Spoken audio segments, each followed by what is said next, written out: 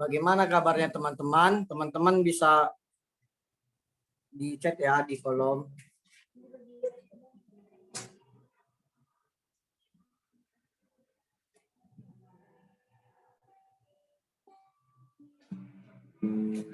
Puji Tuhan, kabarnya dari Bang Daniel baik, dari Kak Yulinda baik, dari Aldi baik.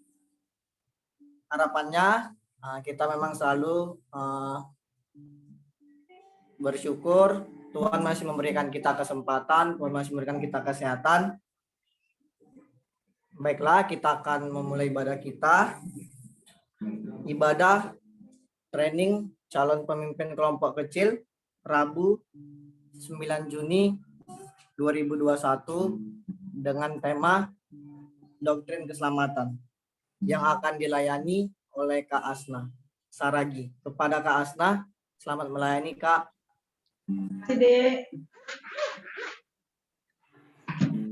Baiklah, kita akan memulai ibadah kita. Kita satukan hati kita. Mari kita berdoa. Terima kasih Bapa, terima kasih Yesus buat kasih setia dan kebaikan-Mu Bapa. Kami dapat berkumpul di tempat ini Bapa. Ini semua karena kemurahan hati-Mu Bapa. Ya Bapa, berkati kami Bapa.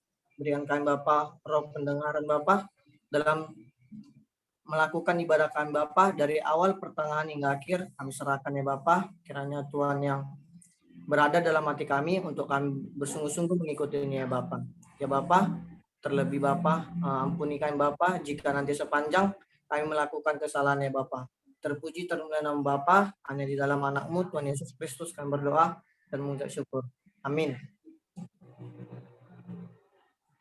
Mari kita satukan hati kita menyanyikan lagu persekutuan kita bagai Raja Wali. Aku ingin selalu berada di hadirat-Mu. Aku ingin selalu berlindung dalam-Mu. Bawa tempat saya, bawaku terbang tinggi, melintasi langit biru, bagaikan Raja Wali. Bagai Raja Wali, melintasi gunung tinggi. Raja Wali, melintasi bawa tempat sayapku, bawaku terbang tinggi, melintasi langit biru, bagaikan Raja Wali. Mari kita nyanyikan lagu kita dari awal. Aku ingin selalu berada di hadirat-Mu. Aku ingin selalu berlindung dalam naungan-Mu. Dibawa ke tempat sayap-Mu, dibawa ke tempat sayap-Mu.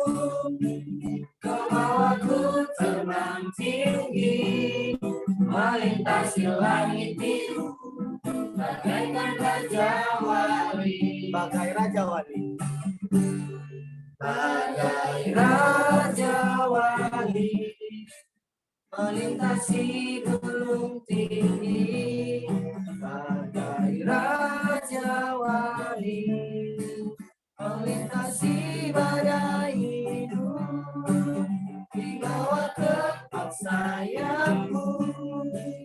Kau bawaku terbang tinggi, melintasi langit biru, bagaikan Raja Wali. Melintasi langit biru, melintasi langit biru, bagaikan Raja Wali. Mari kita bersungguh-sungguh, kita menyanyikan lagu penyembahan kita, karena kita tahu di setiap waktu kita memerlukan Tuhan, kita memerlukan sentuhan tangan Tuhan untuk menolong hidup kita. Mari kita nyatakan lagu pujian kita, lagu penyembahan kita. Kami perlu Kau Tuhan. Kemanakah kami mencari? Kemanakah kami mencari kasih sejati? Kemanakah kami berseru saat badai datang menderu? Yang kami tahu hanya Kau yang mampu berikan sesuatu. Mari kita nyanyikan dari awal. Kemanakah kami mencari?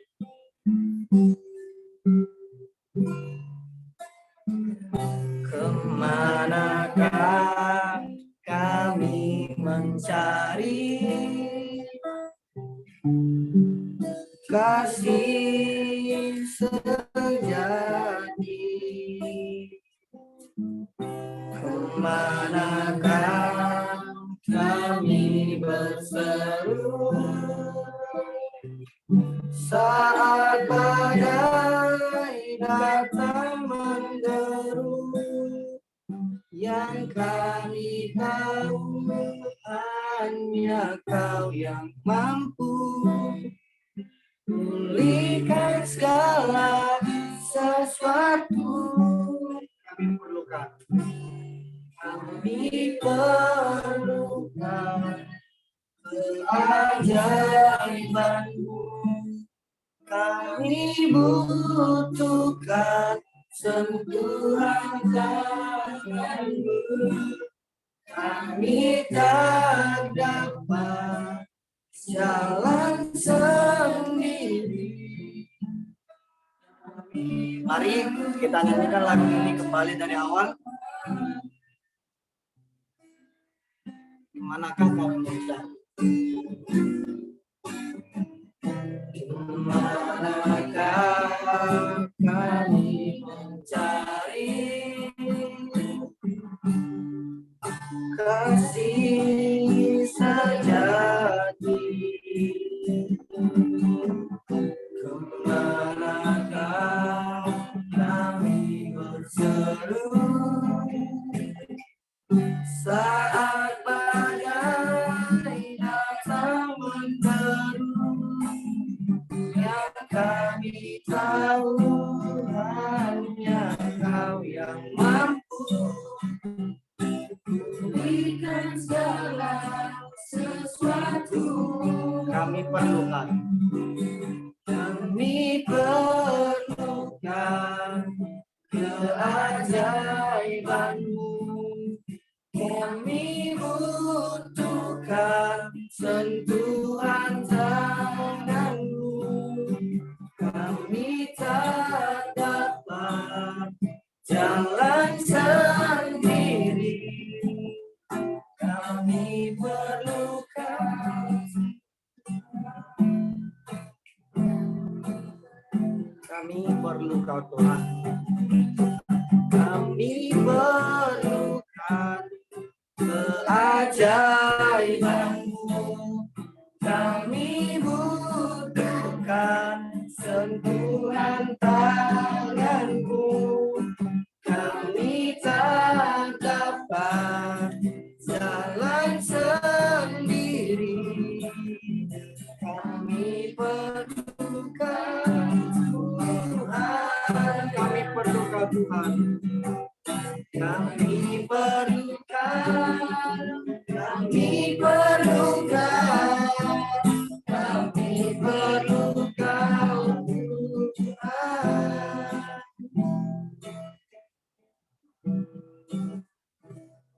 Firman Tuhan. Shalom teman-teman yang dikasihi Tuhan. Saya berharap ini ya, kiranya kita semua dalam keadaan sehat dan malam hari ini kita bisa bersama-sama belajar kebenaran firman Tuhan. Kalau sekiranya memungkinkan, nggak apa-apa ya dihidupkan ini videonya, jadi bisa lihat wajah teman-temannya. Kalau memungkinkan lah, jaringan segala macam ya, karena kadang-kadang jaringan nggak mendukung juga gitu ya untuk buka video. Baik teman-teman, sebelum saya lanjutkan, saya izinkan ini ya, share screen dulu.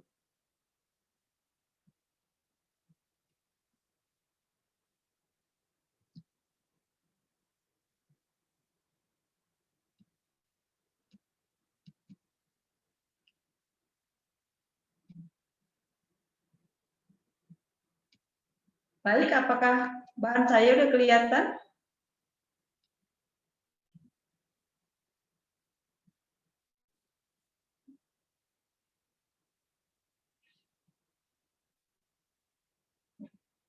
Teman-teman, apakah bahan saya sudah kelihatan?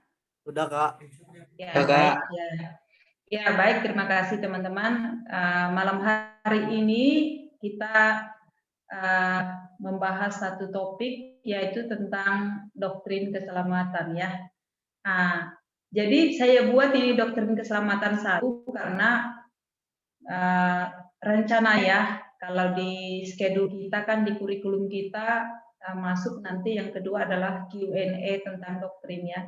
Tapi saya berpikir pengen menyampaikan tentang doktrin keselamatan ini lebih dalam, jadi saya buat ini 2 kali ya.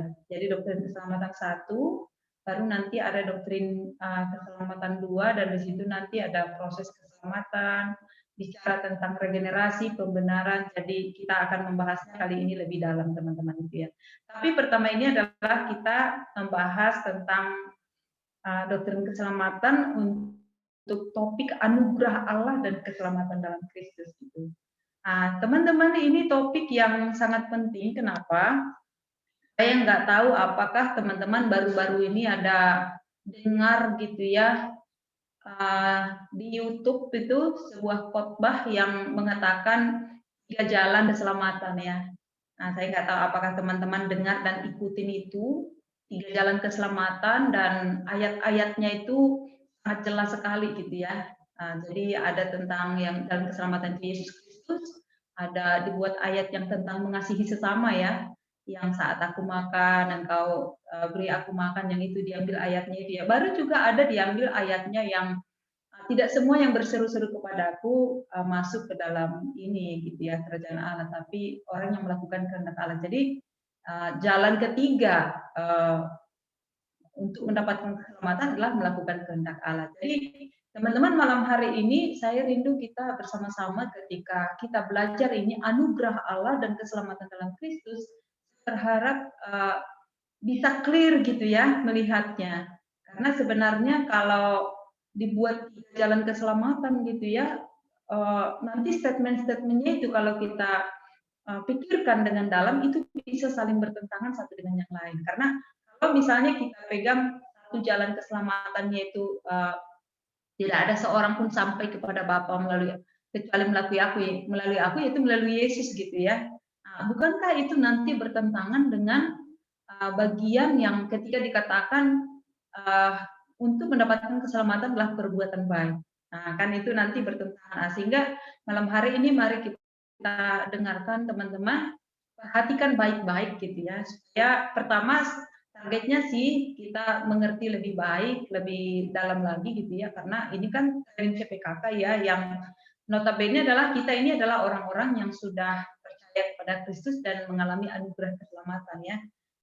Tapi yang kedua adalah bukan hanya saya pikir bagaimana kita lebih diteguhkan lagi akan keselamatan kita, tapi yang kedua tentu bagaimana kita diperlengkapi ketika dalam pemberitaan Injil yang kita beritakan berbicara tentang keselamatan itu bisa clear, bisa jelas gitu ya, kita sampaikan kepada adik-adik. Ya, baik teman-teman, mari kita sebelum kita mendengarkan uraian ini bersama-sama ya, mari kita minta pertolongan Roh Kudus menolong kita untuk memahami kebenaran firman Tuhan malam hari ini. Mari kita bersatu di dalam doa. Bapa di dalam surga, kami datang kepadamu ya Tuhan pada malam hari ini ya Bapa. Kami bersyukur Tuhan yang memberikan kami kesehatan, dan pada malam hari ini kami rindu bersama-sama ya Tuhan belajar kebenaran firman Tuhan. yaitu topik tentang keselamatan ya Tuhan. Bagaimana orang-orang berdosa mendapatkan keselamatan di dalam Yesus Kristus. Kami rindu Roh Kudus yang menolong kami untuk memahami ketika firman Tuhan disampaikan kepada kami. Kami mendengarnya dan iman kami bertumbuh, pemahaman kami makin bertumbuh, dan bahkan kami makin diperlengkapi ya Tuhan. Bagaimana kami menjadi seorang murid Kristus dan juga menjadi seorang murid yang menjadi penjala manusia, yang menjadi seorang PKK ya Tuhan.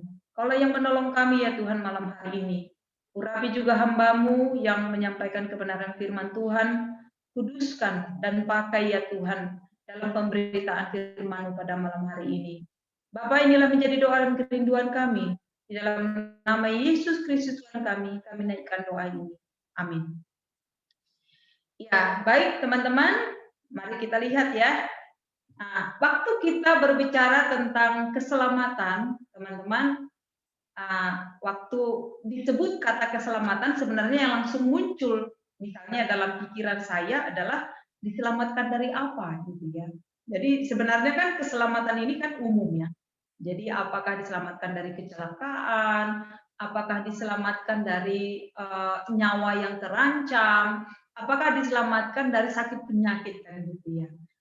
Di dalam konteks doktrin keselamatan, ketika ditanya apakah Anda sudah diselamatkan, ini maksudnya adalah berbicara tentang keselamatan jiwa kita, gitu ya. Bahwa ada satu jaminan di dalam kehidupan kita, bahwa kita ketika percaya kepada Kristus itu masuk surga atau hidup bersama dengan Yesus selama-lamanya di dalam kekekalan. Jadi pertama-tama yang perlu terlebih dahulu kita pahamin teman-teman ya, kalau muncul pertanyaan ini, pertanyaan yang mengikut adalah diselamatkan dari apa? Ternyata ini teman-teman ya, ada satu problem, dan ini problem teman-teman bisa dikatakan yang paling mengerikan di dalam kehidupan manusia, yaitu manusia itu adalah berdosa. Dan bahkan teman-teman, kalau di dalam Roma 3 ayat 10 itu ya, itu semua gitu ya. Jadi tidak ada manusia yang tidak berdosa tanpa terkecuali. Jadi semua manusia berdosa. Ini fakta yang pertama yang perlu kita pahami waktu kita berbicara tentang keselamatan teman-teman. Dan ini juga memunculkan pertanyaan. Kalau berbicara tentang dosa, kadang-kadang ini bisa membingungkan ya. Kenapa? Kadang-kadang ada orang yang merasa dirinya nggak berdosa, merasa dia begitu suci gitu ya. Apalagi misalnya dia rajin pelayanan, dia merasa dia mampu melakukan kebenaran firman Tuhan. Orang-orang seperti itu teman-teman bisa dia merasa nggak berdosa. Saya masih ingat kisah dulu ya, masa saya waktu di mahasiswa, di pelayanan mahasiswa, ada seorang senior waktu itu mengatakannya, saya merasa saya ikut pelayanan nggak terlalu banyak sih perubahan hidup saya, dalam arti saya memang dari dulu sudah baik katanya. Merasa saya tidak ada dosa yang bagaimana gitu ya, saya baik, di rumah saya dikenal baik, lingkungan pergaulan saya dikenal baik.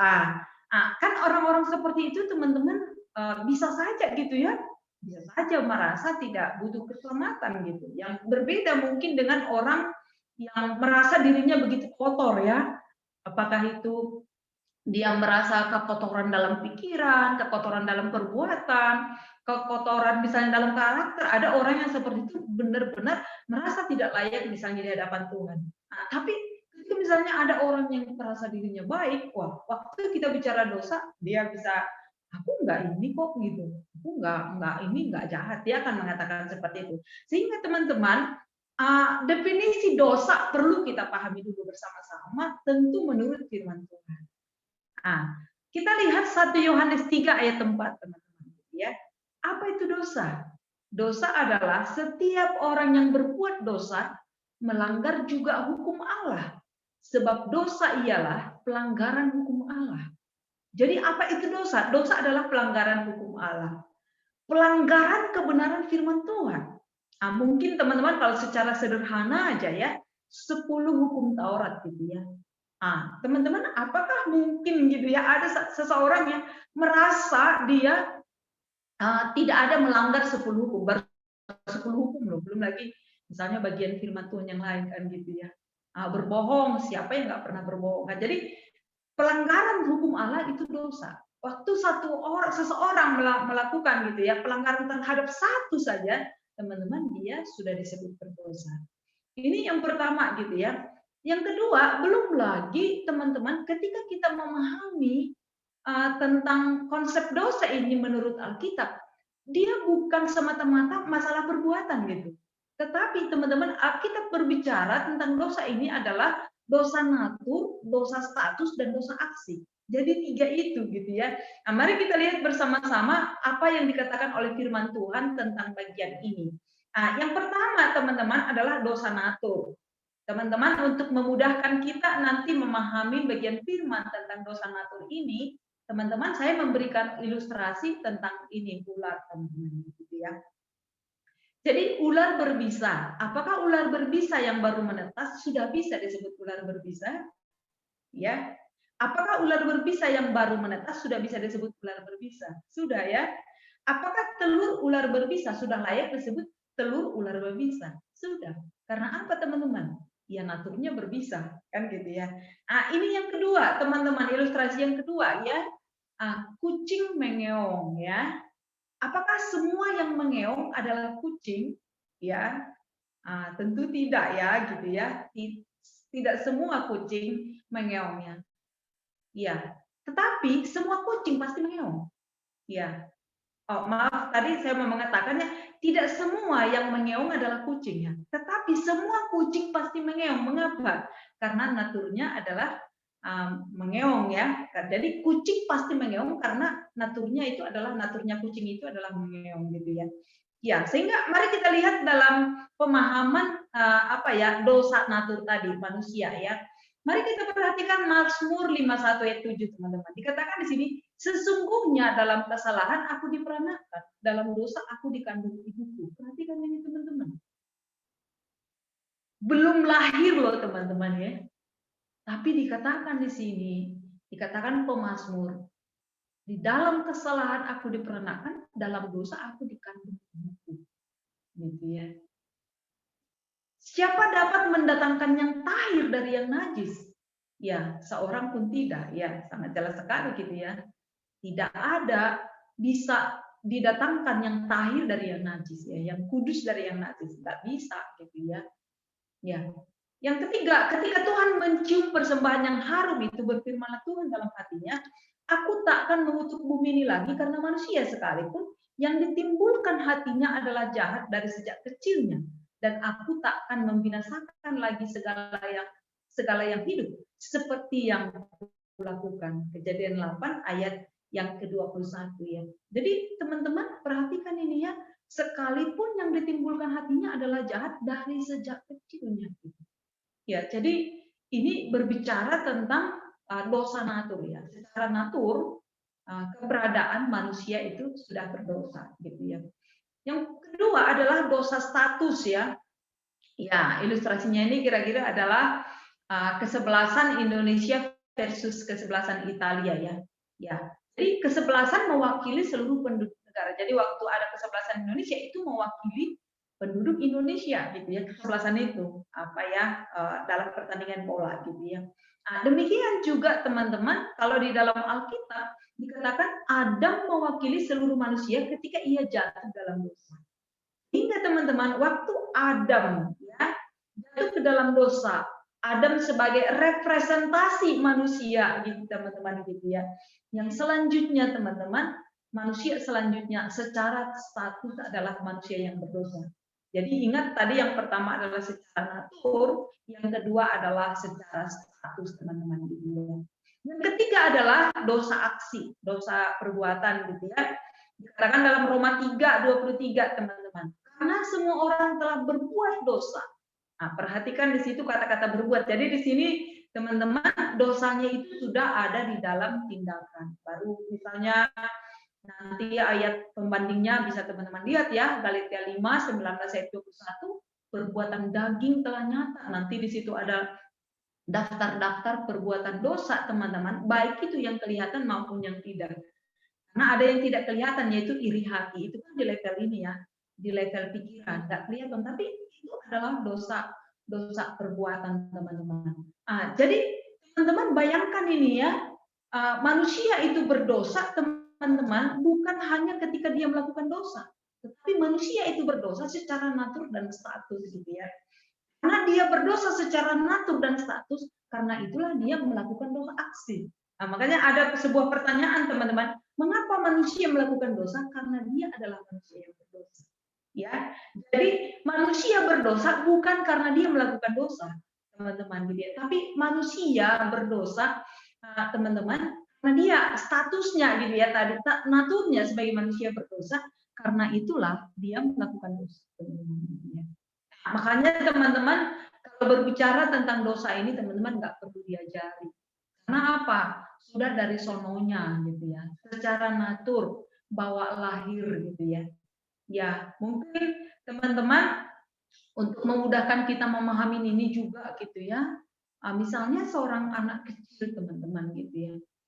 Kok bisa ya, gitu ya, berdosa? Apakah orang tuanya ngajarin? Saya kira enggak, gitu ya. Ya, saya masih ingat ya, saya punya ponakan tuh yang sering main ke rumah gitu ya.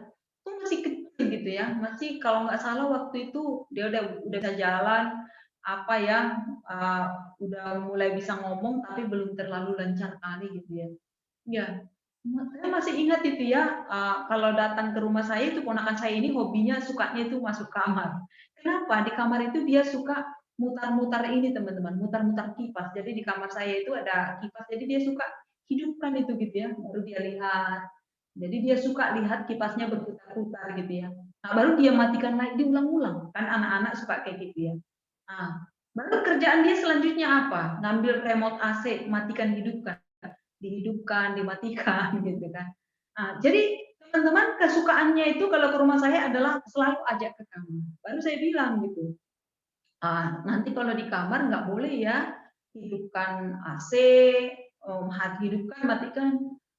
Iya tua, janji gitu ya. Pintar sekali bilang janjinya teman-teman gitu ya.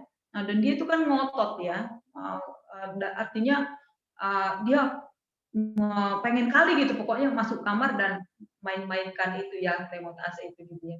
Ya udah gitu ya, padahal udah janji itu di luar gitu teman-teman gitu ya. Dengan apa gitu ya, tegas berarti janji gitu ya. Nah, waktu masuk itu, wow, nggak usah nunggu waktu teman-teman tuh langsung beranjak gitu ya, langsung naik dia ke tempat tidur, udah beraksi tuh, nggak bisa dilarang gitu. Nah, jadi teman-teman ini anak-anak gitu ya, saya pikir siapa yang ngajari, kan nggak ada juga yang ngajari ya, tapi tahu gitu melakukan itu. Kenapa? Karena dia ini manusia yang berdosa gitu ya. Baru ada satu kisah juga ya. Waktu ini masih orang yang sama, tapi kalau yang ini sudah umur ini sih, sudah sekolah sih dia ya. Itu main ke rumah juga ya. Nah, dan ini anak usil ya. Jadi saya waktu itu di kamar mandi nyuci gitu ya. Itu hobinya apa? Itu kan malam-malam ya. Itu hobinya apa? Matikan lampu kamar mandi. Jadi dimatikan gitu ya, baru senang dia lari gitu. Jadi kayak usil ganggu gitu. Udah saya hidupkan lagi lampunya gitu ya, saya lanjut nyuci di kamar mandi gitu. Oh, dilakukannya lagi gitu.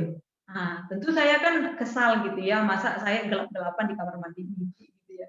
Kemudian apa yang saya lakukan? Saya lakukan itu kunci kamar gitu ya. Jadi karena ini kan menghidupkan lampu kamar mandi itu kan di dekat situ gitu ya. Jadi kunci kamar itu, jadi supaya dia nggak bisa masuk. Oh, rupanya teman-teman ya, dia ngamuk luar biasa. Dia marah ya. Gua jahat katanya. Pikir siapa yang jahat ya? Dia yang menjahati saya, memati-matikan lampu, saya nyuci, gelap di kamar mandi gitu ya. Tapi dia marah luar biasa gitu ya.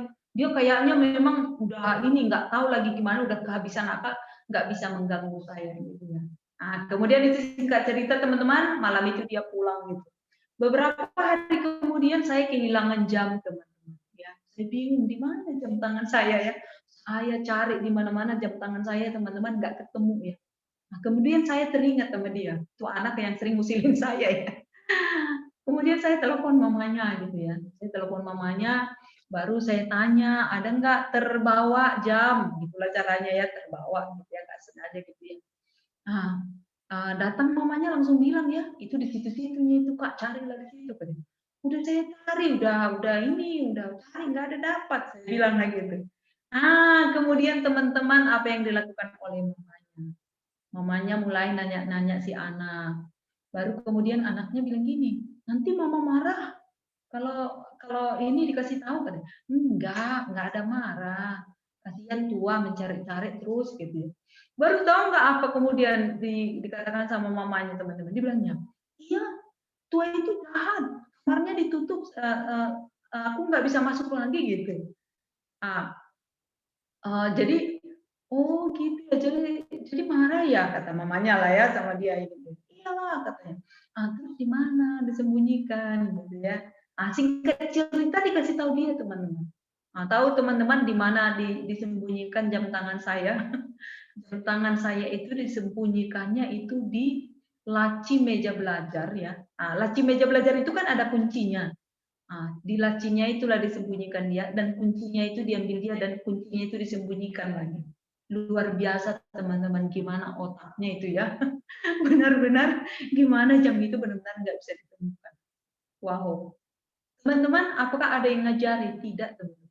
Nggak ada yang ngajari. Saya pikir mamanya nggak ngajarin lah untuk usil sama apanya ya tuanya gitu ya. Nggak ada gitu. Tapi itu teman-teman satu bukti gitu ya bahwa manusia itu berdosa dan kenapa dia melakukan dosa gitu ya? Karena dia manusia berdosa. Nggak perlu diajari. Sudah sangat kreatif sekali gitu ya. Itu fakta yang pertama teman-teman ya. Waktu kita bicara tentang keselamatan, yang pertama yang perlu kita tahu adalah bahwa semua manusia berdosa. Tapi tidak berhenti di situ teman-teman. Yang kedua adalah semua manusia berdosa dan berada di bawah hukuman Allah. Ya, jadi ini yang menjadi persoalan. Kalau manusia itu berdosa dan tidak ada hukuman, ya udah gitu ya, jalani hidup selama di dunia ini, misalnya suka-suka gitu ya. Tapi persoalannya teman-teman bahwa manusia berdosa itu berada di bawah hukuman Allah. Mari kita lihat ya, nas firman Tuhan yang menjelaskan akan hal itu. Yang pertama itu adalah Kejadian 2 ayat 17 teman-teman ya.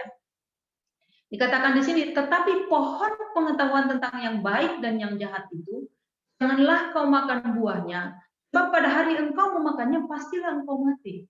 Jadi teman-teman ya, hukuman dosa di sini dikatakan adalah apa teman-teman? Mati. Ya. Terus muncul pertanyaan bagi kita gitu ya, apa maksudnya mati di sini?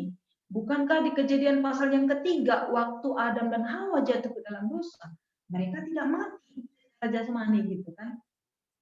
Di Kejadian 3 ayat 8, teman-teman kita lihat dikatakan di sini, bersembunyilah manusia dan istrinya itu terhadap Tuhan. Jadi di sini teman-teman bukan mati secara jasmani, tapi di sini dikatakan bersembunyilah manusia dan istrinya itu terhadap Tuhan. Jadi di sini kita bisa melihat hukuman dosa adalah apa teman-teman? Keterpisahan manusia dengan Allah. Jadi kalau kita bandingkan misalnya teman-teman dalam Kejadian pasal yang kedua, kita di Taman Eden begitu akrabnya gitu ya, Adam dan Hawa dengan Tuhan. Ya, tetapi setelah jatuh ke dalam dosa teman-teman, Adam dan Hawa takut dikatakan bersembunyi dari hadapan Tuhan. Ada keterpisahan dengan Allah, ada keterasingan manusia itu dengan diri Allah gitu ya. Dan bahkan nanti waktu kita baca di ayat selanjutnya, teman-teman, manusia itu kan jadinya sadar mereka telanjang dan memakai menutupi tubuhnya itu dengan daun-daun. Jadi ada juga di situ akibatnya hukumannya apa teman-teman? Rasa malu terhadap diri sendiri, merasa terasing terhadap diri sendiri, tidak bisa menerima sendiri, dan akibat-akibat yang selanjutnya. Jadi teman-teman ini sangat jelas sekali gitu ya. Manusia yang jatuh ke dalam dosa, hukumannya adalah mengalami keterpisahan dengan Allah. Baru kalau kita lihat teman-teman ya, di dalam bagian firman Tuhan yang lebih luas, di dalam Efesus 2 ayat 1 sampai 3, teman-teman. Di dalam Efesus 2 ayat 1 sampai 3 ini adalah berbicara tentang manusia yang dikatakan kamu dahulu sudah mati oleh pelanggaran-pelanggaranmu. Itu dikatakan di dalam Efesus 2 ayat pertama sampai ayat yang ketiga ya. Dikatakan adalah mati. Di sini memunculkan pertanyaan bagi kita lagi. Ini mati kok disebutkan mati ya. Ternyata teman-teman, waktu kita lihat di ayat-ayat selanjutnya, menjelaskan bagaimana kondisi manusia yang hidup mengikuti dunia. kedagingan dan iblis gitu ya. Yang itu menunjukkan bagaimana manusia gitu ya yang jatuh dalam dosa mati secara rohani, mengalami mati secara rohani. Jadi bukan mati secara jasmani di situ ya, tapi adalah mati secara rohani. Ya. Ya. Dan kondisi mati secara rohani ini apa? Mengikuti dunia gitu ya. Konsep suksesnya itu adalah kaya gitu ya. Konsep suksesnya itu adalah pintar. Konsep suksesnya itu adalah terpandang, punya jabatan gitu ya. Ya, kalau orang Batak itu ada 3 H ya. Jadi di sini kayaknya rata-rata kita orang Batak ya, Hauraun, Hagabeun, dan Hasangapun. Ya, kaya ya, punya anak, menikah dan punya anak gitu ya, baru terpandang punya jabatan. Itulah orang sukses. Ya, itu kan konsep dunia ya, gitu. Baru juga ini kedagingan, keinginan daging yang tadi di Galatia itu ya.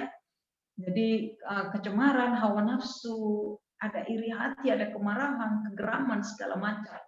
Itulah kedagingan. Jadi orang yang di dalam dosa, teman-teman gitu ya, dia berada di dalam kondisi seperti itu. Baru belum lagi hidupnya yang dikuasai oleh iblis.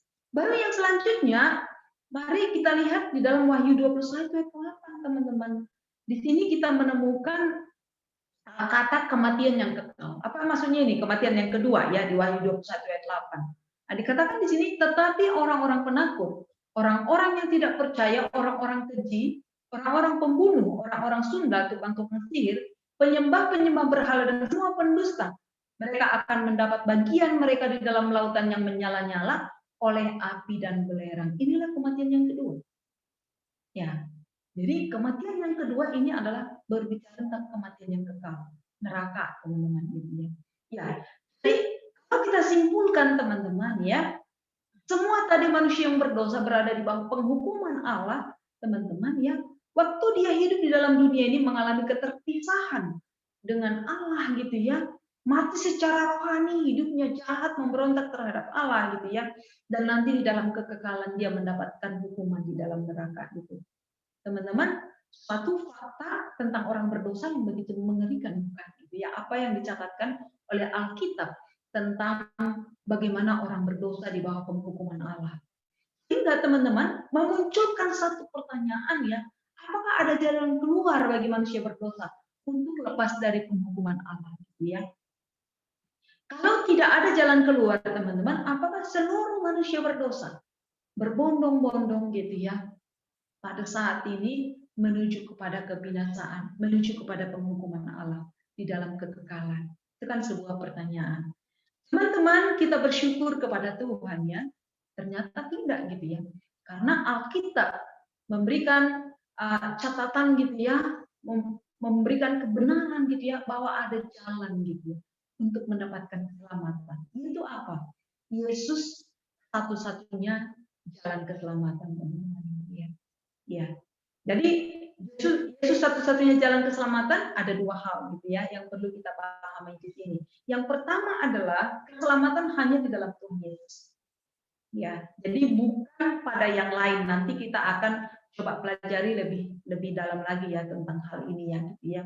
Baru berbicara tentang keselamatan di dalam hal ini adalah manusia yang berdosa itu dia kan butuh pengampunan dosa gitu ya. Baru kemudian manusia yang berdosa berada di bawah penghukuman Allah gitu ya. Dan melalui Yesus bagaimana teman-teman dia dibebaskan dari penghukuman yang kekal untuk mendapatkan kehidupan yang kekal. Nah, itu artinya keselamatannya. Jadi manusia diselamatkan maksudnya adalah dosanya diampuni ya. Penghukumannya dilalukan gitu ya. Itu udah ditanggung oleh Yesus gitu ya. Dan kemudian dia mendapatkan hidup yang kekal. Itu artinya keselamatan, teman-teman. Mari kita lihat referensi ayat-ayat firman-Nya ya. Yang pertama itu adalah Kisah Para Rasul 4. Yang kedua berarti ya. Ya. Mari kita baca bersama-sama ya. Bisa dibaca dari tempat masing-masing. 2 ya. Dan keselamatan tidak ada di dalam siapapun juga selain di dalam Dia.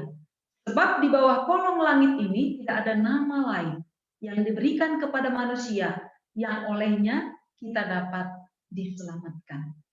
Jadi teman-teman, jelas sekali klaim firman Tuhan gitu ya, bahwa tidak ada nama lain gitu ya selain di dalam Yesus ya. yang olehnya dapat diselamatkan. Ya, ini sangat jelas sekali klaim firman Tuhannya gitu ya. Kemudian yang kedua, ya, di dalam Roma 10 ayat 9 sampai 10 ya. Dikatakan, sebab jika kamu mengaku dengan mulutmu bahwa Yesus adalah Tuhan dan percaya dalam hatimu bahwa Allah telah bangkitkan dia dari antara orang mati, maka kamu akan diselamatkan. Karena dengan hati orang percaya dan dibenarkan, dan dengan mulut orang mengaku dan diselamatkan. Nah, jadi ini kan lagi-lagi berbicara bagaimana mendapatkan keselamatan itu ya di dalam Yesus ya. Yesus yang adalah Tuhan ya. Yesus yang sudah mati gitu ya, menanggung hukuman dosa kita di kayu salib gitu ya. Baru kemudian Yesus yang terbangkit dari antara orang mati. Nah, ini kan apa ya? Di sini kan bercerita tentang isi Injil itu sendiri kan di dalam kitab Roma ini ya. Jadi Yesus adalah Tuhan, Yesus mati gitu ya untuk menanggung dosa manusia, baru Yesus telah bangkit dari antara orang mati. Nah, dan orang yang percaya kepada Yesus yang adalah Tuhan yang mati dan telah bangkit dari antara orang mati, orang-orang seperti itu yang akan mendapatkan keselamatan. Ya, baru muncul pertanyaan, mengapa keselamatan hanya di dalam Yesus, dalam Kristus gitu ya? Apakah tidak ada jalan lain? Kan, teman-teman, sekali kalau berbicara tentang keselamatan, ada orang mengatakan banyak jalan ke Roma. Nah, itu kan sering sekali pernyataan yang digunakan untuk bahwa banyak jalan untuk mendapatkan keselamatan. Tapi apakah seperti itu teman-teman? Apakah banyak jalan untuk mendapatkan keselamatan? Tidak teman-teman gitu ya.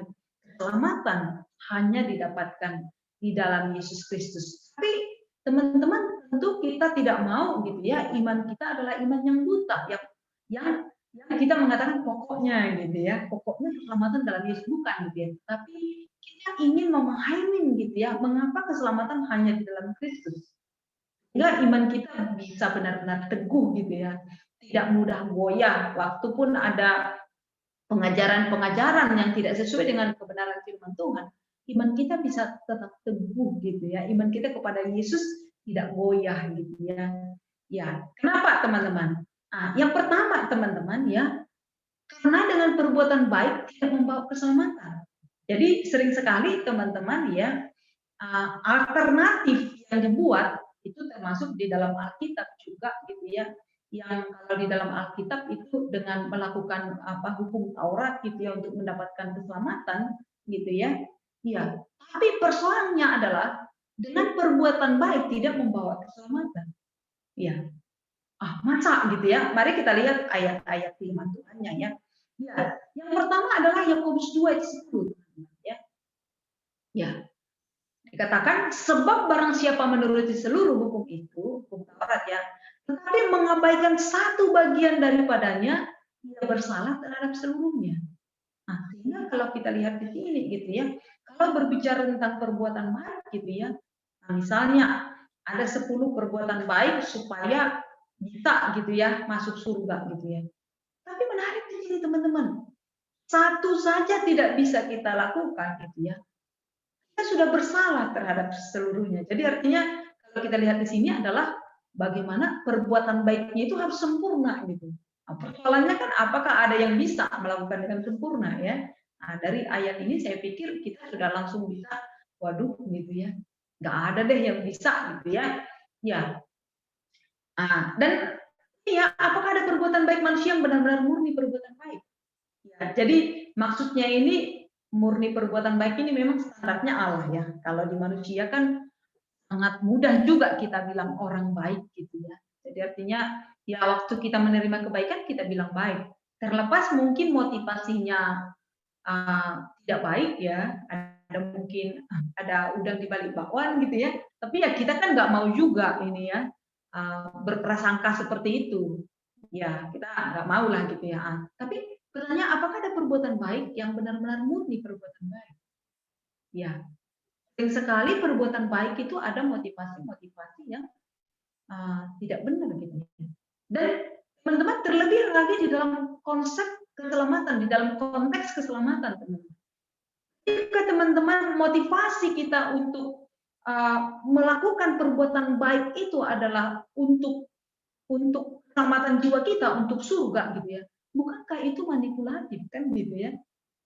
Pada akhirnya perbuatan baik kita tujuannya bukan kepada objek yang kita kasihi, tapi pada akhirnya ke kita juga gitu ya. Karena pada akhirnya tujuannya untuk kepentingan kita.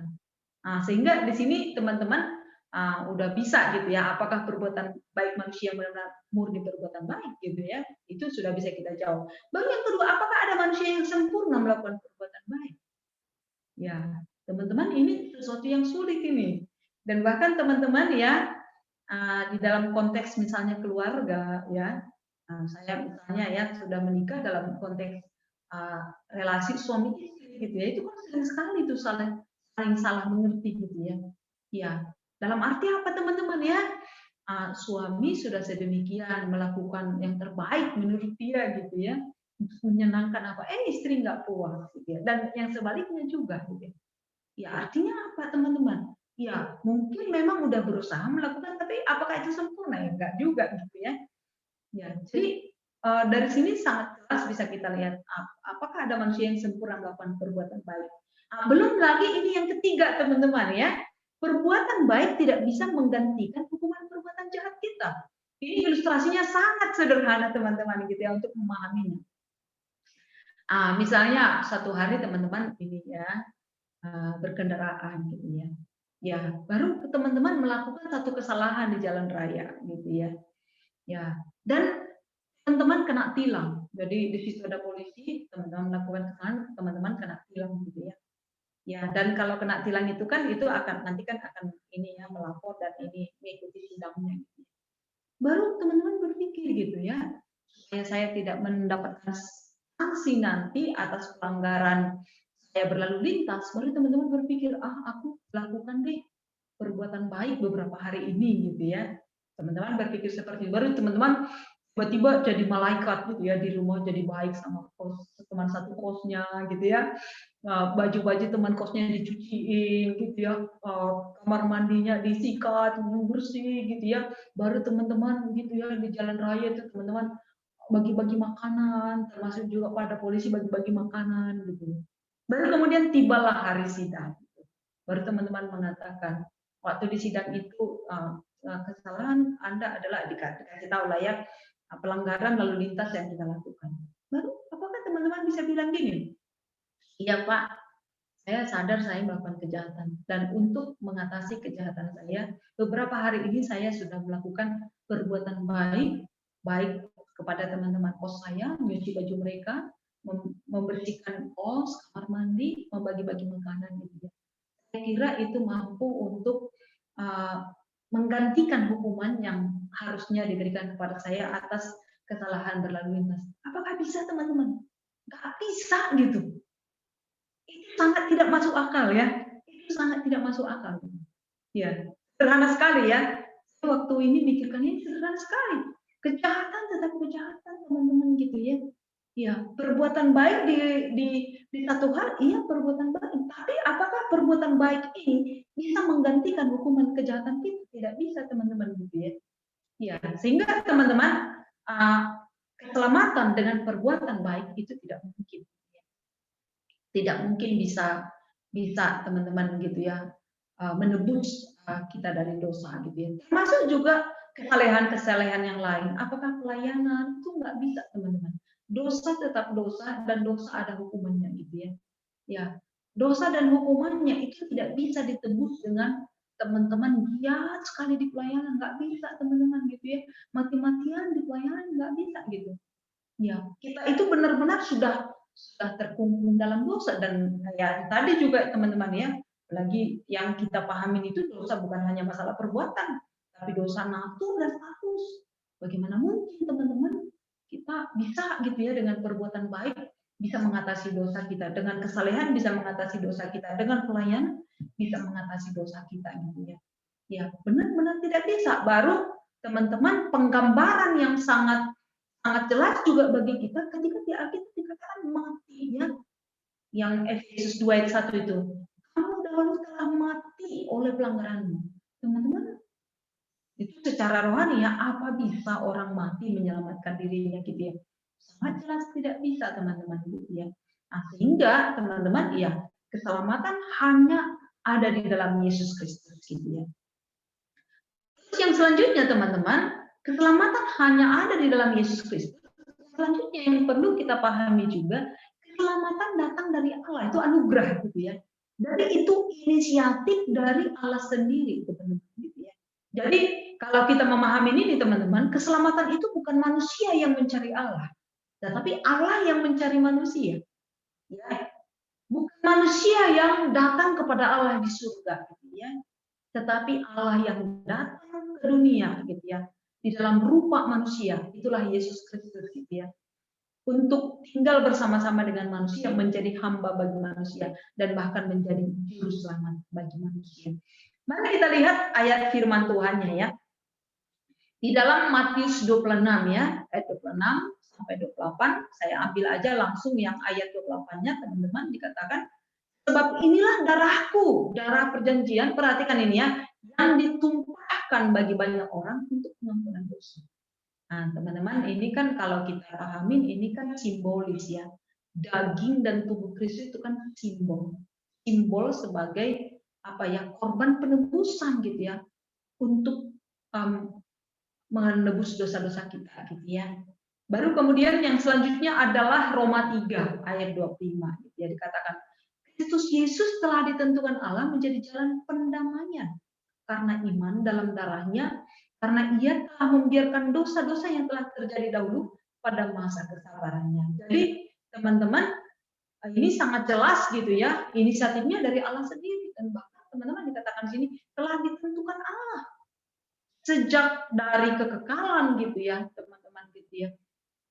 Jalan pendamaian melalui Yesus itu sudah berasal dari ketetapan Allah dan dari inisiatif Allah sendiri ya. Nah, ini yang perlu satu kita pahami ya di dalam doktrin keselamatan ini. Baru selanjutnya di dalam Yohanes 3 ayat 16 teman-teman dikatakan karena begitu besar kasih Allah akan dunia ini sehingga ia telah, perhatikan ini, yang mengaruniakan. Jadi berbicara tentang karunia itu kan adalah berbicara tentang itu berasal dari Allah sendiri gitu ya. Dan kalau disebut dengan karunia itu adalah teman-teman anugerah, pemberian cuma-cuma gitu ya. Itu berasal dari hati Allah sendiri. Mari kita lihat juga di sini ya, di dalam Efesus 2 ayat 4. Nah, perhatikan ini ada ayat sampai ayat yang ke-7 ya, dikatakan di sini. Tetapi Allah yang kaya dengan rahmat oleh karena kasih-Nya yang besar yang dilimpahkannya kepada kita. Jadi teman-teman gitu ya, peristiwa pembebasan manusia dari dosa itu berasal dari hati Allah yang benar-benar kaya dengan rahmat ya, kaya dengan belas kasihan gitu ya kepada manusia yang berdosa. Baru dikatakan di sini yang dilimpahkannya. Perhatikan teman-teman, di sini manusia pasif ya. Baru dikatakan telah menghidupkan kita bersama-sama dengan Kristus. Telah membangkitkan Allah gitu ya. Allah yang melakukan, telah membangkitkan kita juga ya bersama dengan Kristus. Baru dikatakan yang menunjukkan kepada kita kekayaan kasih karunia-Nya yang melimpah-limpah sesuai dengan kebaikannya terhadap kita di dalam Kristus Yesus.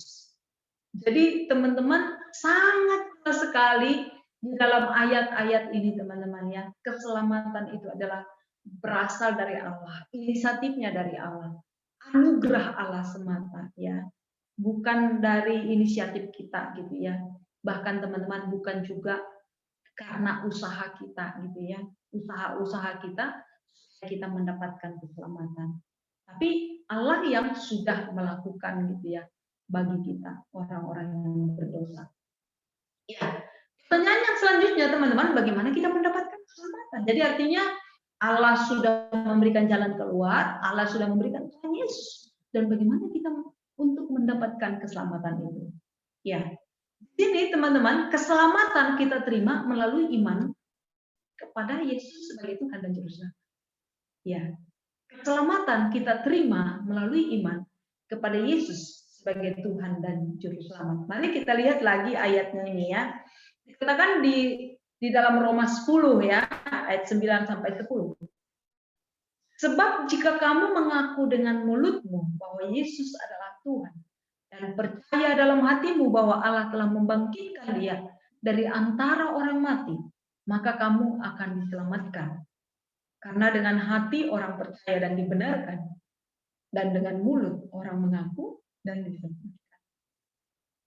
Jadi bagaimana kita mendapatkan ya keselamatan yang sudah disediakan oleh Allah? Yaitu dengan cara apa? Percaya.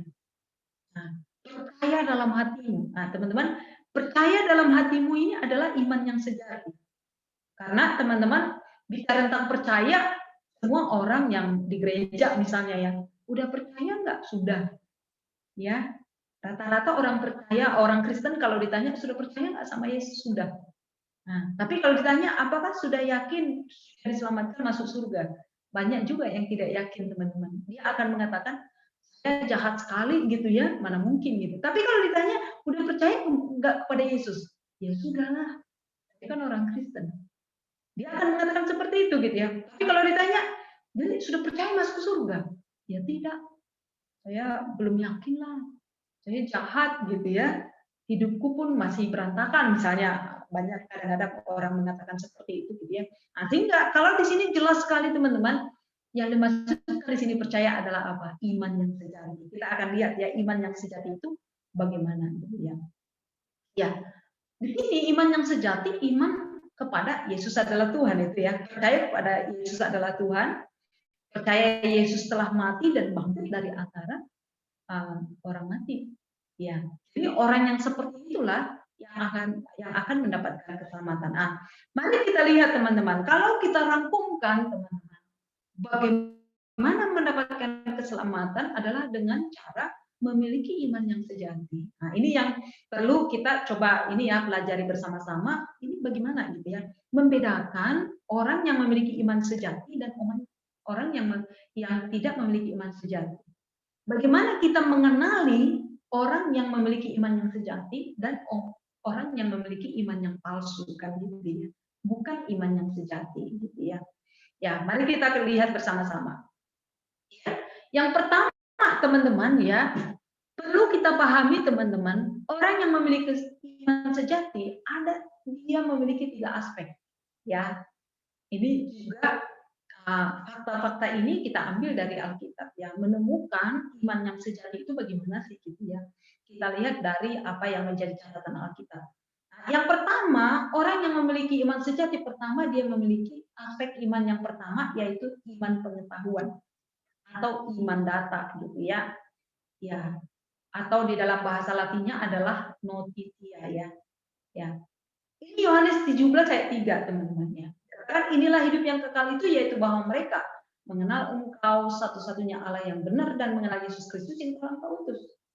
Jadi ketika ditanya bagaimana untuk mendapatkan keselamatan, dia mengatakan ya saya tahu dari firman Tuhan bahwa orang yang memiliki hidup yang kekal itu adalah yang mengenal Allah satu-satunya Allah yang benar. Mengenal Engkau satu-satunya Allah yang benar gitu ya, dan mengenal Yesus yang telah diutus oleh Allah. Jadi ini kan fakta gitu ya, fakta atau kebenaran pengetahuan gitu ya yang didapatkan dari kebenaran firman Tuhan tentang keselamatan. Baru yang kedua adalah adanya teman-teman bukan hanya data gitu ya, kita tahu secara pengetahuan, secara pikiran kita gitu ya. Tapi yang kedua adalah adanya persetujuan atau asensus ya.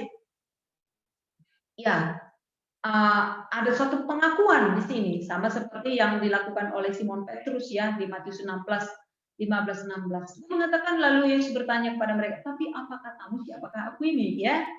Yesus nanyakan gitu ya sama murid-murid pada waktu itu. Baru Petrus menjawab ya, kau adalah Mesias anak Allah yang hidup. Jadi kan itu pengakuan dari Simon Petrus kan gitu ya, dan pengakuan itu teman-teman adalah bagian dari iman, dan itu bagian iman yang kedua ini persetujuan ya.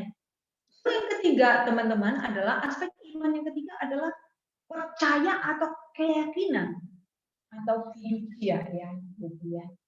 Ini Yohanes 1:12. Tetapi semua orang yang menerimanya diberinya kuasa supaya menjadi anak-anak Allah, yaitu mereka yang percaya dalam namanya. Jadi kalau bahasa sederhananya ini sih teman-teman adalah apa? Percaya sungguh-sungguh gitu ya. Ya. Jadi percaya sungguh-sungguh. Nah, percaya sungguh-sungguh itu gimana teman-teman ya? Nah, biasanya saya memberikan ilustrasi tentang misalnya ada di sebuah ruangan gitu ya, dan di depan ruangan itu gitu ya ada sebuah kursi. Baru saya minta ini ya, seorang misalnya yang hadir di dalam acara itu gitu ya, saya minta dia maju ke depan. Ya, baru kemudian saya menunjuk kursi itu gitu ya. Dia bilang sama dia, "Nah, ini kursi untuk apa?" "Ah, tempat duduk ya." Nah, oke, percaya nggak ini apa? Kursi ini kuat. Baru dia lihat kuat kayaknya gitu. Baru diperiksa dia gitu ya. Diperiksa dia, dipegang dia kursinya, kuat, baru digoyang kuat gitu ya, kokoh gitu ya. Baru, oh iya gitu ya. Baru saya bilang, kalau gitu duduklah di situ gitu ya. Ya kan katanya percaya itu kuat gitu ya. Kalau gitu kita duduk di situ gitu ya. Baru kemudian dia duduk gitu ya. Duduk biasa gitu ya, kaki seperti normal gitu ya. Baru saya tantang lagi dia. Percaya nggak kursi itu kuat? Saya bilang lagi sama dia ya. Baru dia bilang, percaya Kak gitu ya. Oke, silakan angkat kakimu gitu ya. Jadi maksudnya dia duduk dan mengangkat kaki lipat gitu ya. Jadi artinya seluruh tubuhnya benar-benar di apa ya, ditampung oleh kursi itu gitu ya. Baru dia ya, lakukan gitu. Jadi dia duduk dengan kaki yang bersilang apa gitu ya, di atas kursi itu. Jadi semua tubuhnya benar-benar ditampung di kursi itu. Ya, teman-teman, namanya apa ya? Percaya sungguh-sungguh gitu. Jadi dia percaya bahwa itu kursi ya, itu kursinya kuat ya, bagus gitu ya, nggak ada kerusakan, nggak ada goyang-goyang gitu ya. Dan dia membuktikan dia percaya bahwa itu mampu menampung tubuhnya, ya dia duduk. Dan benar-benar kita lihat nggak ada keraguan sedikit pun gitu ya di dalam dirinya untuk duduk sepenuhnya gitu ya, dan badannya ditampung oleh kursi itu gitu ya, di kursi itu. Ya, jadi percaya sungguh-sungguh gitu ya, mempercayakan keselamatan jiwa kita hanya kepada Yesus, tidak kepada yang lain lagi gitu ya. Saya manusia berdosa gitu ya, secara natur, secara status, secara perbuatan saya ini jahat, saya ini memberontak terhadap Allah gitu ya. Dan Yesus satu-satunya jalan, dan saya mempercayakan gitu ya keselamatan jiwa saya kepada Yesus. Saya manusia berdosa dan berada di bawah penghukuman Allah gitu ya. Dan saya percaya kepada Yesus yang telah mati di kayu salib. Yesuslah yang menanggung hukuman dosa saya gitu ya. Dan ketika saya beriman kepada Yesus, tidak dihukum lagi gitu ya. Karena itu sudah ditanggung oleh Yesus dan saya mendapatkan kehidupan yang kekal. Nah, itu namanya teman-teman percaya keyakinan. Jadi iman yang sejati. Ada satu keyakinan penuh di situ ya. Nggak ada keraguan lagi di dalamnya gitu ya. Ya, memang teman-teman dalam perjalanan selanjutnya bisa aja ada keraguan ya. Karena di dalam perjalanan iman kita nanti banyak peristiwa yang mungkin kita hadapin gitu teman-teman gitu ya. Bisa saja kita jadinya dalam perjalanan iman kita meragukan Tuhan, meragukan keselamatan gitu ya. Tapi nanti tentu ya Roh Kudus yang ada di dalam diri kita dan bahkan yang menolong kita memahami Injil firman Tuhan, Roh Kudus juga yang akan menolong kita teman-teman gitu ya. Masa-masa kita ragu, Roh Kudus yang menolong kita, menopang kita gitu ya. Dan bahkan Roh Kudus yang menolong kita dalam memelihara iman kita ya. Ya, jadi ini autentik ya, iman yang autentik sejati ya. Jadi harus ada tiga ini ya. Iman notitia, assensus fiducia ya. Jadi kebenaran firman itu ya, notitia gitu ya. Kita tahu kebenaran firman Tuhan, kita setuju akan hal itu gitu ya. Baru kita yakin akan hal itu, percaya sepenuhnya akan kebenaran firman Tuhan tentang keselamatan jiwa kita.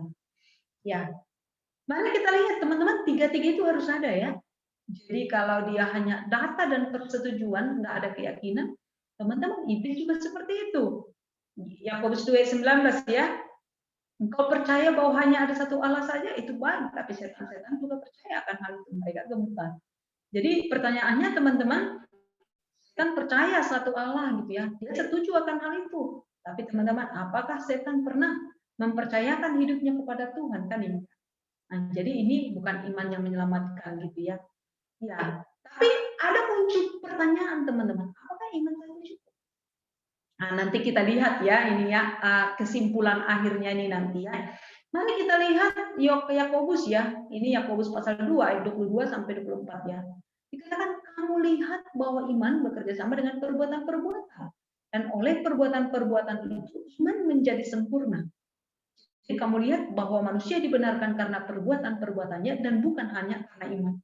Teman-teman seolah-olah ya, kalau kita baca sekilas bagian firman ini, seolah-olah keselamatan itu adalah apa teman-teman? Iman tambah perbuatan. Ya, kalau dalam ayat ini. Tapi apakah itu teman-teman gitu ya?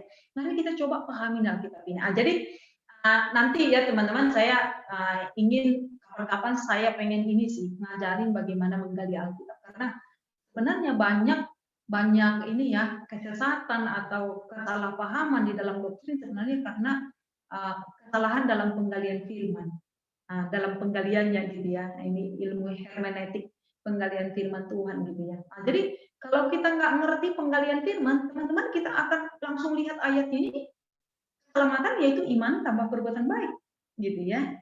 Tapi bukan itu teman-teman. Mari kita lihat bagaimana cara memahami menggali bagian firman ini.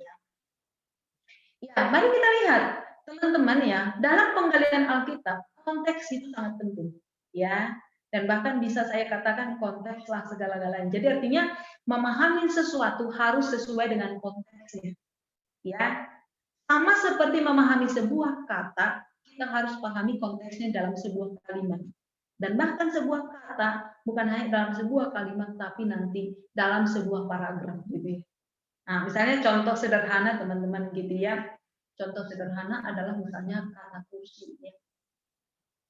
Saya duduk di kursi. Apa arti kursi?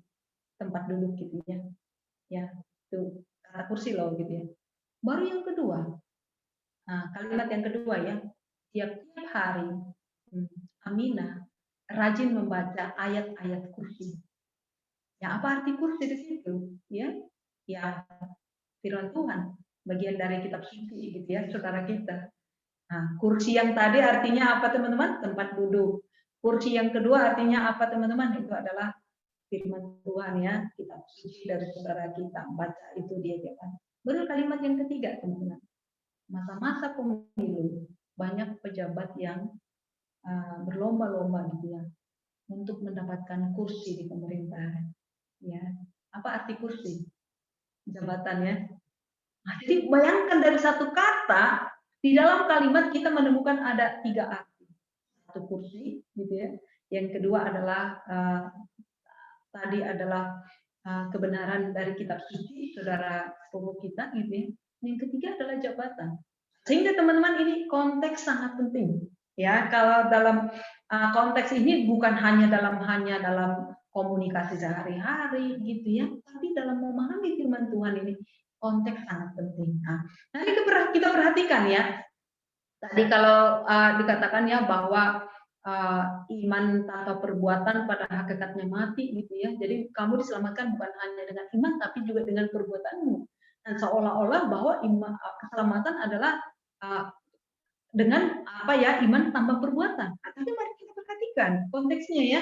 Yakobus 2:14 dikatakan, apakah gunanya saudara-saudaraku jika seorang mengatakan bahwa ia mempunyai iman, padahal ia tidak mempunyai perbuatan. Dapatkah iman itu menyelamatkan dia? Ya. Jadi dengan kata lain teman-teman, mungkin seseorang memiliki iman yang sejati itu nampak dari perbuatannya. Sejatian iman dibuktikan dengan buah dari iman itu, yaitu apa? Perbuatan. Jadi maksudnya bukan keselamatan iman tanpa perbuatan. Keselamatan didapatkan dengan iman yang sejati. Bukti iman yang sejati adalah perbuatan. Perbuatan-perbuatan, gitu ya. Ya. Teringat apa yang dikatakan Yesus ya? Dari buahnya lah kau kenal pohonnya. Kan gitu ya. Jadi dari buah iman seseorang gitu ya, apakah itu karakter, nilai-nilai gitu ya. Dari situlah bisa kita lihat seseorang memiliki iman yang sejati atau tidak gitu ya. Ya, mari kita simpulkan teman-teman gitu ya. Jadi ada orang mengatakan teman-teman gitu ya, ini saudara kita, untuk mendapatkan keselamatan adalah dengan perbuatan baik. Gitu ya. Nah, untuk mendapatkan pengampunan dosa kehidupan kekal adalah dengan perbuatan baik. Gitu ya. Ya, tidak gitu ya. Dan selanjutnya adalah iman ya. Nah, kalau hanya iman titik gitu ya, maksudnya banyak orang ngaku-ngaku percaya gitu ya, teman-teman enggak juga gitu ya. Iman tambah perbuatan enggak juga, bukan itu yang dimaksudkan oleh Yakobus tadi teman-teman.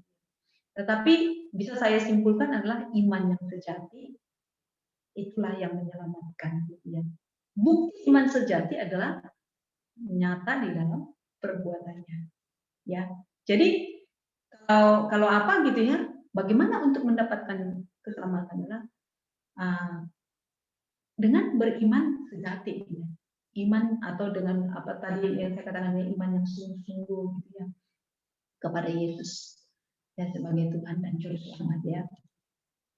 Ya, baik, mari kita lihat lebih jelas lagi gitu ya.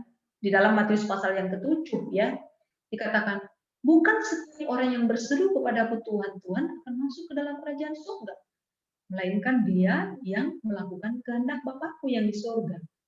Pada hari terakhir banyak orang akan berseru kepadaku, Tuhan, Tuhan, bukankah kami bernubuat demi namamu dan mengusir setan demi namamu, dan mengadakan banyak mujizat demi namamu juga. Pada waktu itulah aku akan berterus terang kepada mereka dan berkata, aku tidak pernah mengenal engkau, enyal daripadaku kamu sekalian pembuat kejahatan. Ya.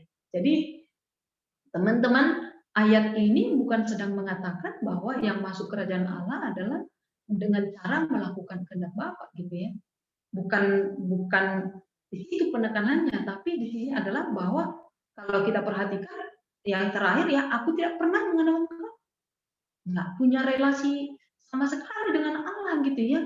Dan di sini bisa kita lihat ya, bukti juga orang yang punya relasi dengan Allah gitu ya, adalah bagaimana dia adalah orang yang melakukan kehendak Bapa gitu ya. Jadi ini menjadi penekanan tersendiri bahwa teman-teman iman yang sejati nampak di dalam perbuatan. Baru selanjutnya domba-dombaku mendengarkan suaraku dan aku mengenal mereka. Perhatikan ini teman-teman, mereka mengikut aku ya. Jadi bukti pengikut Yesus yang sejati adalah apa? Menjadi pengikut Yesus, ketaatan gitu ya. Jadi teman-teman, Kristen sejati nampak dari kehidupan kemuridannya. Kristen yang sejati nampak dari ketaatannya kepada Tuhan. Kristen yang sejati nampak dari bagaimana dia bersikap terhadap kebenaran firman Tuhan ya. Jadi dia menghargai firman Tuhan di dalam hidupnya dan dia mentaati kebenaran firman Tuhan di dalam hidupnya. Itulah Kristen yang sejati, itu buktinya gitu ya. Ya, mari kita simpulkan yang terakhir teman-teman nih ya. Keselamatan di dalam iman Kristen teman-teman ya, itu adalah bagaimana kita manusia yang berdosa mendapatkan pengampunan dosa gitu ya di dalam Yesus Kristus sehingga kita bebas dari hukuman Allah dan kita memperoleh kehidupan yang kekal bersama-sama dengan Allah di surga. Ya. Dan keselamatan itu adalah oleh kasih karunia Allah semata, itu adalah pemberian Allah, teman-teman gitu ya. Itu bukan usaha kita gitu ya, bukan sesuatu yang perlu lakukan gitu ya supaya kita mendapatkan keselamatan gitu, bukan teman-teman gitu ya. Tetapi itu benar-benar anugerah Tuhan ya. Allah yang memberikannya kepada orang-orang yang berdosa gitu ya, yaitu melalui yang didapatkan manusia melalui beriman gitu ya. Jadi Allah sudah menyediakan dan bagaimana kita memiliki iman yang sejati. Beriman, percaya kepada Kristus gitu ya. Percaya kepada Kristus gitu ya. Dan yang terakhir adalah bahwa keselamatan kita itu adalah karena karya Yesus Kristus di kayu salib gitu ya. Yesus yang telah mati di kayu salib teman-teman gitu ya, dia dihukum, disalibkan gitu teman-teman gitu ya. Yang seharusnya kitalah yang menanggung hukuman itu ya, bukan hanya penghukuman siksaan di Golgota, teman-teman, tapi adalah hukuman juga waktu Yesus mengatakan ya, Eloi Eloi lama sabachthani gitu ya, Allahku mengapa kau meninggalkan aku. Hukuman bagaimana dia mengalami ditinggalkan oleh Bapa gitu ya, itu yang juga paling mengerikan yang dialami oleh Yesus, yang seharusnya teman-teman itu ditanggung oleh kita, itu orang-orang berdosa oleh karena dosa kita gitu ya. Ya, jadi oleh kasih karunia pemberian Allah melalui iman dan karena karya Yesus Kristus gitu ya.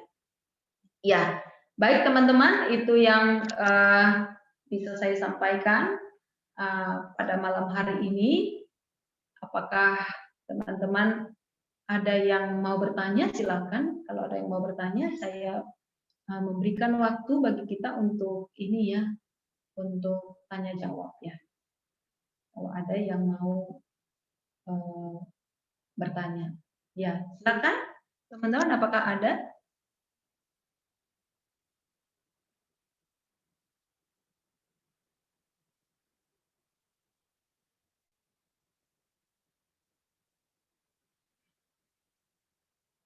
Silakan. Apakah ada?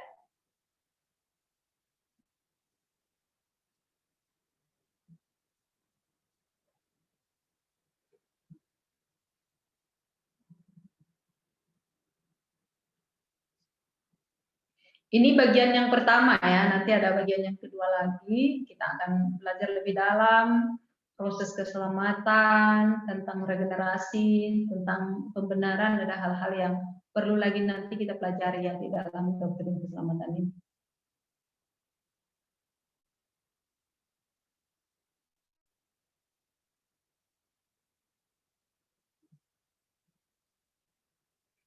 Apakah ada teman-teman atau jelas?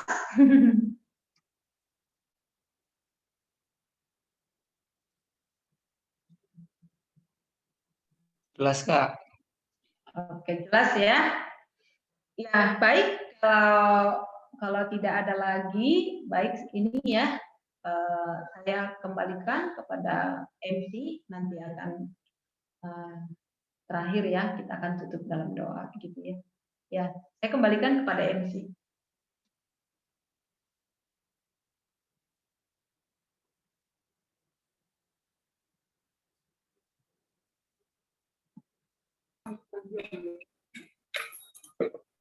Kita telah mendengarkan firman Tuhan. Memang sejak kita dalam kandungan kita telah berdosa, baik itu secara natur atau dengan secara status. Namun bukan berarti kita tidak bisa menerima keselamatan dari Allah itu. Dengan kita merendahkan diri, kita keselamatan dari Allah itu dapat kita peroleh gitu. Nah, itu tertulis dalam Roma 10 ayat 9 sampai 10. Nah, mari kita menyatakan komitmen kita. Kita bernyanyi dari Kidung Jemaat nomor 388 yang berjudul Selamat di Tangan Yesus. Selamat di tangan Yesus. Selamat di tangan Yesus. Aku tentram dosa Tuhan jauh berkati keselamatan tiba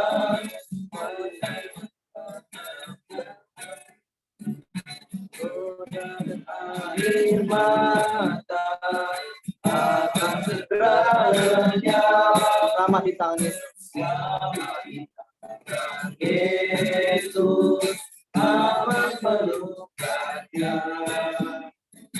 Dalam kasih-Nya aku bahagia. Mari kita nyanyikan bait kedua, Yesus perlindungan. Yesus perlindungan. Yesus perlindunganku, selamat bagiku. Adanya percaya, Yesus kekasihku. Dia pertama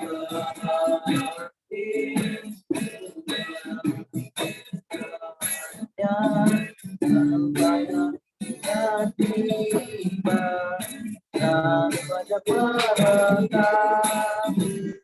Selamat Yesus, aman pelukanya, dalam kasih-Nya. Mari kita nyanyikan lagu ini kembali dari awal. Selamat di tangan Yesus. Selamat di tangan Yesus, aku tentram coba jadi mengerti, bukan lemaskan timbang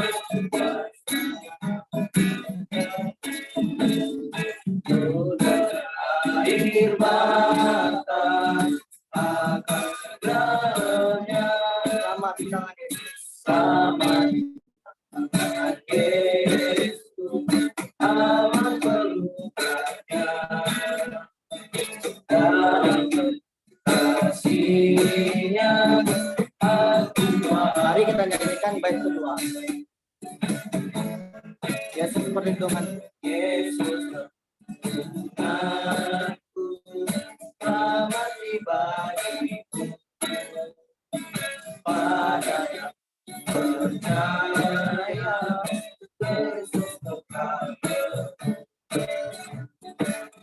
Dia bertahan sama di tangan Yesus, sama di tangan Yesus, aman pelukanya, dalam kasih-Nya aku bahagia. Doa penutup. Mari kita tutup dalam doa. Bapa di dalam surga, kami datang kepada Tuhan dalam penghujung training kami ini ya Tuhan. Benar bahwa keselamatan kami hanya ada di dalam Yesus. Karena Yesuslah yang telah ditentukan Allah, yang dikaruniakan Allah untuk turun ke dunia dan mati di kayu salib untuk menanggung hukuman dosa kami ya Tuhan. Dan setiap orang yang beriman kepada Yesus akan memperoleh keselamatan. Kami rindu ya Tuhan malam hari ini ketika kami kembali bersama-sama mendengarkan kebenaran firman-Mu, iman kami boleh makin diteguhkan ya Tuhan. Iman yang secara pengetahuan sangat jelas bagi kami ya Tuhan, bagaimana kami memperoleh keselamatan ya Tuhan. Dan juga bagaimana kami benar-benar memiliki iman yang teguh, iman yang sungguh-sungguh ya Tuhan. Dan tentu dengan pekerjaan Roh Kudus dalam diri kami, sehingga kami mampu percaya kepada Yesus. Kami rindu ya Tuhan menjalani keselamatan kami dalam takut akan Tuhan, dalam hormat akan Tuhan. Dan kami benar-benar dalam keselamatan kami mengerti apa yang menjadi tujuan hidup kami ya Tuhan, yaitu untuk memuliakan nama Tuhan di dalam seluruh hidup kami. Bapa, hamba-Mu sungguh berdoa untuk training yang sedang kami lakukan pada saat ini ya Tuhan. Untuk semua peserta training ini ya Tuhan, supaya Engkau yang peliharakan. Mereka boleh menikmati Tuhan, boleh memiliki persekutuan yang akrab dengan Tuhan. Engkau yang menopang mereka Tuhan, bahkan menolong dalam pergumulan-pergumulan yang real, apakah itu pergumulan dosa, apakah itu pergumulan dalam hidup sehari-hari di dalam studi, dalam kehidupan pribadi, dalam kehidupan keluarga, dalam pergumulan karakter. Yang Engkau sajalah yang menolong ya Tuhan. Di dalam konteks yang dijalani saat ini, kondisi yang berbeda-beda Tuhan, biarlah di dalamnya ya Tuhan ada ketaatan di dalam mengikut Tuhan, mengikut Kristus ya Tuhan. dan juga ya Allah terus mempersiapkan diri dan setia ya Tuhan untuk menjadi seorang penjala manusia, untuk kembali memuridkan ya Tuhan, sama seperti anak-anak-Mu yang selama ini sudah dimuridkan dan saat ini dipersiapkan untuk memuridkan ya Tuhan di pelayanan mahasiswa. Bapa di dalam surga, berdoa juga untuk teman-teman di komisi kelompok kecil, Daniel dan kawan-kawan, Tuhan yang menolong mereka dalam penyelenggaraan training demi training. Kau juga lah yang memberikan mereka hikmat dan kekuatan Tuhan. Dan bahkan ya Tuhan, kebergantungan terus kepada Tuhan di dalam pekerjaan, pelayanan yang sedang dikerjakan pada saat ini. Kami berdoa terus untuk kondisi kota kami, bangsa kami ya Tuhan, yang pada saat ini masih menghadapi pandemik ya Tuhan. Kiranya Tuhan yang menolong dan bagaimana umat-Mu secara khusus ya Tuhan, dan kami seluruh masyarakat ya Tuhan boleh tertib ya Tuhan dalam menjalankan protokoler kesehatan. Bagaimana kami ya Tuhan boleh terlibat ya Tuhan mengatasi pandemik saat ini dan bahkan ikut program vaksinasi ya Tuhan, supaya ya Tuhan lebih cepat ya Tuhan mengatasi ya Tuhan kondisi pandemik saat ini. Bapa di dalam surga, kami sungguh rindu menyerahkan hidup kami, pelayanan kami, kondisi kota kami, bangsa kami ya Tuhan, dalam tangan Tuhan. Di dalam dan demi nama Yesus Kristus Tuhan kami yang hidup, kami naikkan doa kami ini. Amin.